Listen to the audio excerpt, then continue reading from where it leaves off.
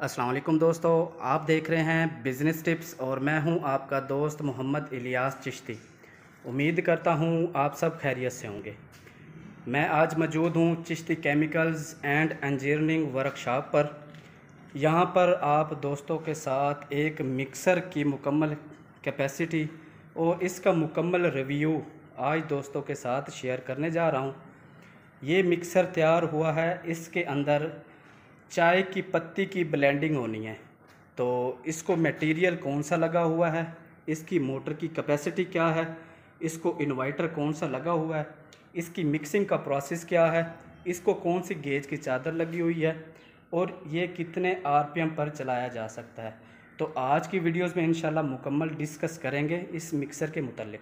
तो सबसे पहले मैं आपको इसकी कैपेसिटी बताता चलूँ कि ये जो मिक्सर बना हुआ है, अगर आप इसके अंदर, लेकिन ये बना तो पत्ती की मिक्सिंग के लिए है, यानी कि पत्ती की ब्लेंडिंग करने के लिए। तो अगर हम इसके अंदर वॉशिंग पाउडर मेकिंग करते हैं तो इसकी कैपेसिटी तकरीबन 200 किलो है। यानी कि ये मिक्सर अगर आप इसके अंदर पाउडर फार्म में कोई भी चीज़ मेकिंग करते हैं तो तकरीबन 200 किलोग्राम आप इस मिक्सर के अंदर पाउडर फार्म में चीज़ मिक्सिंग कर सकते हैं। अगर आप इसके अंदर पत्ती की ब्लेंडिंग करते हैं तो पत्ती तकरीबन आप इसके अंदर 100 किलोग्राम इसके अंदर आप पत्ती की मेकिंग करके उसकी ब्लेंडिंग कर सकते हैं। तो ये मैं आपको अंदर से दिखाता चलूँ। अब्बास भाई उठाएं ज़रा इसको। ढक्कन है, ढक्कन भी प्योर स्टील में बना हुआ है और इसके अंदर आप ये देख रहे हैं, ये जो स्पैरल हैं और ये जो पत्तियां लगी हुई हैं स्पैरल बनाने में जो काम आती हैं, ये भी स्टील में ही हैं। और इसके अंदर ये जो शाफट लगी हुई है ये भी स्टील की लगी हुई है। इसके ढक्कन को हम साइड पर रख देते हैं और मुकम्मल इसका रिव्यू करके बताता हूँ। अच्छा,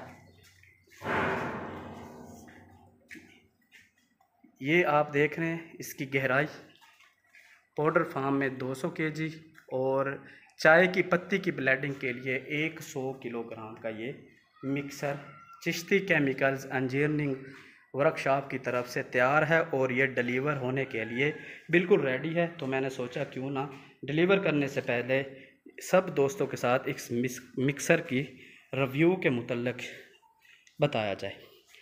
अच्छा, तो ये इसकी मोटर लगी हुई है। मोटर भाई बताएं कितने एचपी की मोटर लगी हुई है? इसमें 3 एचपी की गियर जापानी मोटर लगी हुई है।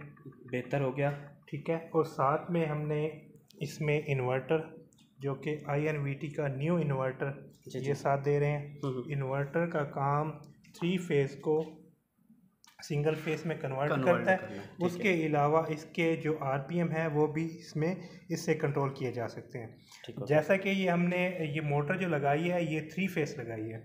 3 फेस की मोटर है। 3 फेस की मोटर है। अगर किसी के पास 3 फेस कनेक्शन है तो उसके लिए हमें ये इन्वर्टर की ज़रूरत नहीं होती है। बेहतर हो गया। अगर तो हमारे पास जिसने घरेलू बिजली पे इस्तेमाल करना है, जैसे कि हमारे घरेलू 220 वोल्ट होते हैं, सिंगल फेस होती है बिजली, तो उसके लिए हमें ये इन्वर्टर मस्ट चाहिए होता है। इसके बगैर ये मोटर 3 फेस नहीं लगेगी, क्योंकि 3 फेस की ताकत ज़्यादा होती है। हम इसी वजह से 3 फेस मोटर ही इस्तेमाल करते हैं।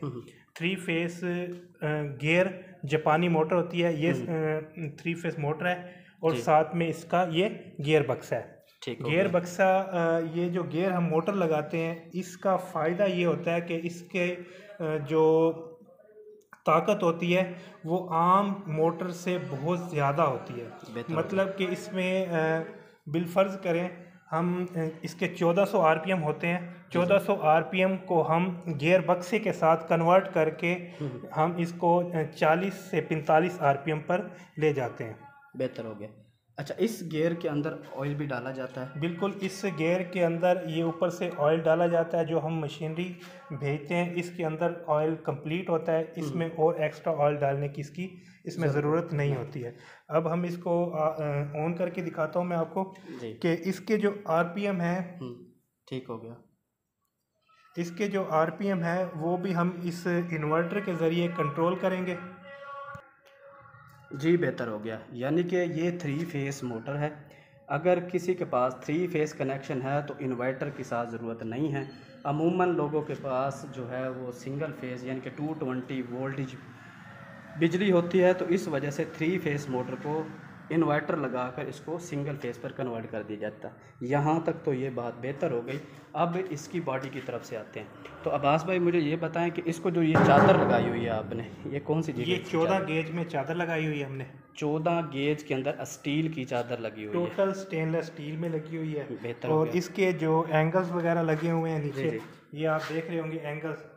जी जी, ये एंगल MS में होते हैं, क्योंकि इसमें स्टील में ताकत नहीं होती है। ठीक हो गया कि हम अगर इस मिक्सर को स्टील के एंगल्स, अव्वल तो वो होते ही नहीं है, यानी कि उसके इसको ढांचा कह लें कि एक ढांचे के ऊपर जो आप खड़ा नहीं कर सकते। ढांचा है वो हम MS में बनाते हैं, क्योंकि ये MS की लगा हुआ ताकत है, मेरा ख्याल है इसको बोलते हैं आप चैनल बोलते हैं, यानी कि ये 3 अच्छी इंच गेज के साथ लगा हुआ है। 3 इंच का चैनल लगा हुआ है। ठीक हो गया। साथ में मोटर भी आपने चैनल के ऊपर भी लगाई हुई है। हाँ जी, मोटर भी चैनल के ऊपर लगी हुई है। अच्छी स्ट्रॉन्ग है और मोटर को अच्छी ग्रिप देती है।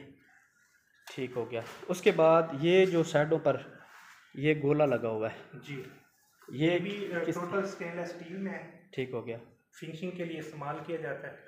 तो बाज़ दफ़ा इसी चादर को ही बैंड करवा कर हम इसको मोड़ा जाता है, लेकिन वो जस्ट एक मटेरियल की बचत करने के लिए, लेकिन हम ऐसा नहीं करते हैं। ठीक है। मुकम्मल प्रॉपर तौर पर इसको पाइप लगाते हैं स्टेनलेस स्टील में, और इसके अंदर जो जितना भी मटेरियल इस्तेमाल हुआ होगा ये सारा टोटल स्टेनलेस स्टील में होता है। स्टील में ये जो पत्ती लगी हुई है ये भी स्टेनलेस स्टील में होती है। इसके अंदर जो शाफट यूज़ हो रही है, शाफट ये भी स्टेनलेस स्टील में है।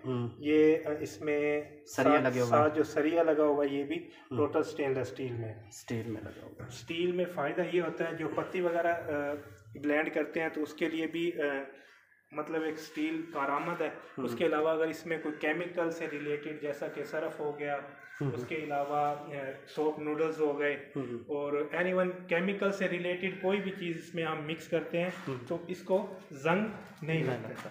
अच्छा, यहाँ से इसका वो निकलता है, ऊपर से हमारा ये इनर है, इसमें हम मटेरियल वगैरह डालते हैं, और नीचे से इसका एग्जॉस्ट लगा हुआ है। ठीक है। एग्जॉस्ट भी बेहतरीन। निकालें ज़रा इसको बाहर, यानी कि आसानी इसको बाहर हम निकाल सकते हैं। बाहर निकाल के यहाँ से जो हमारा मटेरियल बाहर निकल सकता है। अच्छा, ये जो टैंक लगा हुआ है ये भी स्टील में? ये टोटल स्टेनलेस स्टील में। बेहतर हो गया। इसका वो ढक्कन दिखाइएगा। ऊपर से हमने इसमें मटेरियल डालना है। ठीक है। और मोटर को ढक्कन दिखाइएगा, और साथ में ही एग्जॉस्ट के जरिए नीचे निकाल दें।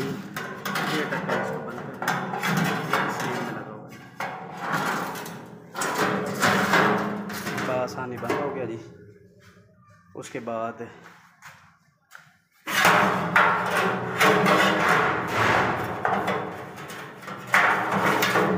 लें जी, यहाँ से ये बंद होगा। लें जी, बंद हो गया। अब चलाएं जी, ज़रा मिक्सर को चलाएं ज़रा। मिक्सर का ये इन्वर्टर है, बाकी इसके जो ये जी तार लगी हुई है सिंगल फेस बोर्ड में, और इसके साथ ये आप देख रहे हैं 220 और यहाँ से घरेलू बिजली पे इन्वर्टर को ऑन करेंगे। करने के बाद यहाँ पर इसका वॉल्यूम मीटर है, ये इसकी तार हैं, तार को जो है लें जी। यहाँ से मिक्सर ऑन हो गया, यानी कि इसको 3 फेस को इन्वर्टर के ज़रिए चलाया है। ये इसका स्पीड कंट्रोलर है, ये आप देख रहे हैं 34 RPM पे चल रहा है। ये 32 31, यानी कि यहाँ से इसका वॉल्यूम है। हाँ, ये इसको कम भी कर सकते हैं। ये देख लें, ये इसके RPM यहाँ से ये मिक्सिंग भी इसकी, यानी कि एडजस्टमेंट यहाँ से और मिक्सिंग प्रोसेस यहाँ से इसके वॉल्यूम को बढ़ाते जाएंगे। ये आप देख रहे हैं, ये RPM भी बढ़ते जाएंगे, और यहाँ से इसकी स्पीड आप चेक करें, और ये स्पीड भी यहाँ से बढ़ती जाएगी। ये देख रहे हैं।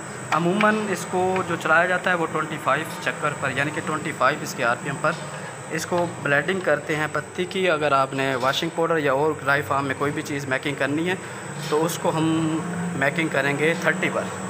जैसा कि आप देख रहे हैं, ये 29.90 हो गया और ये 30 हो गया, यानी कि इस RPM पर आप जो है ड्राई फार्म में कोई भी चीज़ जो है इसके अंदर मेकिंग कर सकते हैं बआसानी।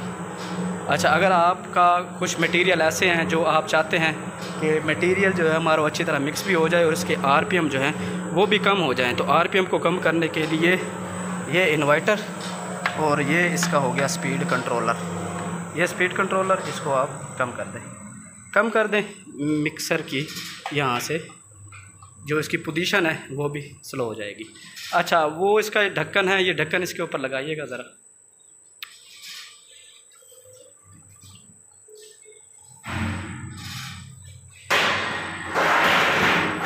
ये इसका ढक्कन है, यानी कि ऊपर से आप इसको बंद भी कर सकते हैं। इसको यहाँ से बंद करें। ये भी ढक्कन भी इसका स्टील में ही बना हुआ है, अच्छी गेज के साथ है, चमकता दमकता हुआ। और इसको खोलने के लिए ये इसके साथ कुछ ये लगी हुई हैं, हैंडल लगी हुई है। हैंडल, इस हैंडल को आप जो है दोनों हाथों से दस्ती बिकाए देते हैं, लेकिन दोनों हाथों से इसको आप ढक्कन को खोल के अपना प्रोडक्ट्स आप इसके अंदर देख सकते हैं क्या है कि वो मैकिंग कैसे हो रहा है। ये इसके ऊपर ये देख रहे हैं, ये आप इसको उतारते जाएंगे, लैमिनेशन ये उतारते जाएंगे और नीचे से आपका चमकता दमकता हुआ मिक्सर जो है वो आपको आपके सामने आपके फेस, यानी कि आपका फेस इसके अंदर बआसानी नज़र आएगा। आईना देखने की ज़रूरत नहीं है। ये जी मोटर हैं ज़बरदस्त और सिंगल फेस पर चल रही हैं, और भी हर तरह के मिक्सर यहाँ पर बनाए जाते हैं। जैसा कि ये वीडियो में आप देख रहे हैं, ये इसकी कैपेसिटी तकरीबन मेरा ख्याल है कोई तकरीबन कितनी इसकी कैपेसिटी बनाई है, 150। ये 150 किलो में है, लेकिन इसकी हाइट ज़्यादा है, ये हाइट इसकी कम है। हर बंदा अपने हिसाब से और अपने डिज़ाइन के मुताबिक या अपनी चॉइस के हिसाब से मिक्सर बनवा सकता है।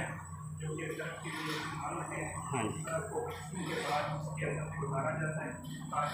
जो गली वगैरह है वो थोड़ी जा सके।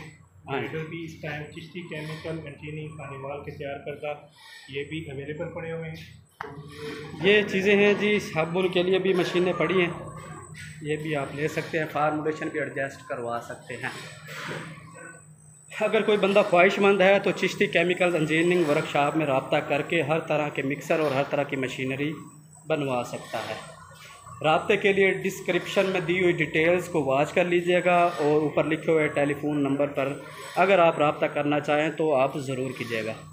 दुआओं में याद रखिएगा। आपका दोस्त, आपका भाई मोहम्मद इलियास चिश्ती, पाकिस्तान जिंदाबाद।